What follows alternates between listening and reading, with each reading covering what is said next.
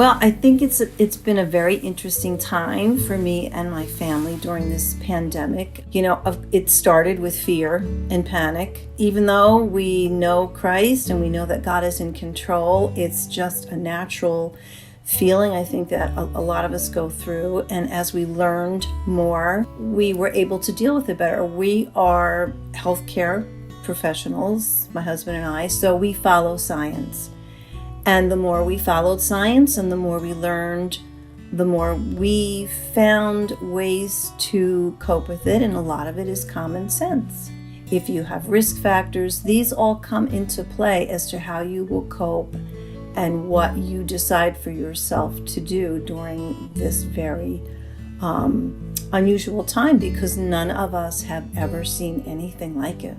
It has been surprisingly, or maybe not surprisingly, a period of growth for me personally, because I realized that without God, we will not get through this. Without His wisdom and discernment in our lives, bringing us that calmness, that peace, when you can't find toilet paper and, you can't find paper towels and Lysol wipes, these life challenges that are so common to life and everyday life. God is always there, even in the midst of the little things.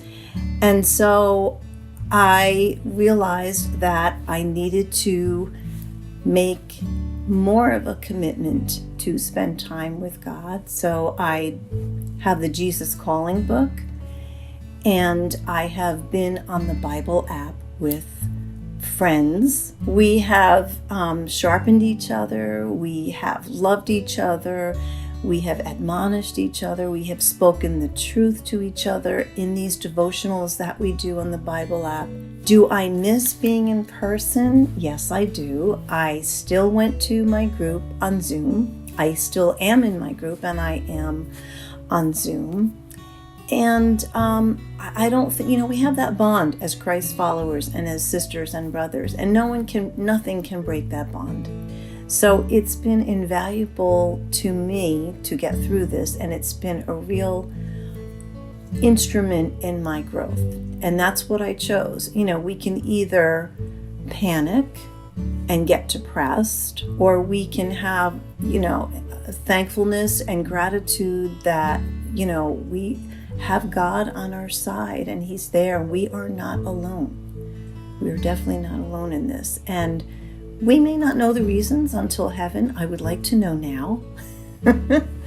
But He's there. And I'm so thankful that I have the tools and I have my church family and Skyline to help me and my family through this. I'm taking the step to get out of my comfort zone and learning that it is worth the effort to make the first step to call people, friends, sisters, my ministry team, because I need to keep in touch with them. We need to fight the isolation that many of us might feel because we're not going to many places where we're in physical company with people. So it's a great thing. Plus, I want them to know that I'm still thinking about them and care about them and love them and to nurture relationships. So I've learned that is really super important at a time like this. But I have to tell you that I've learned to appreciate what a fabulous job the tech team at church does, because you feel like you are in the church.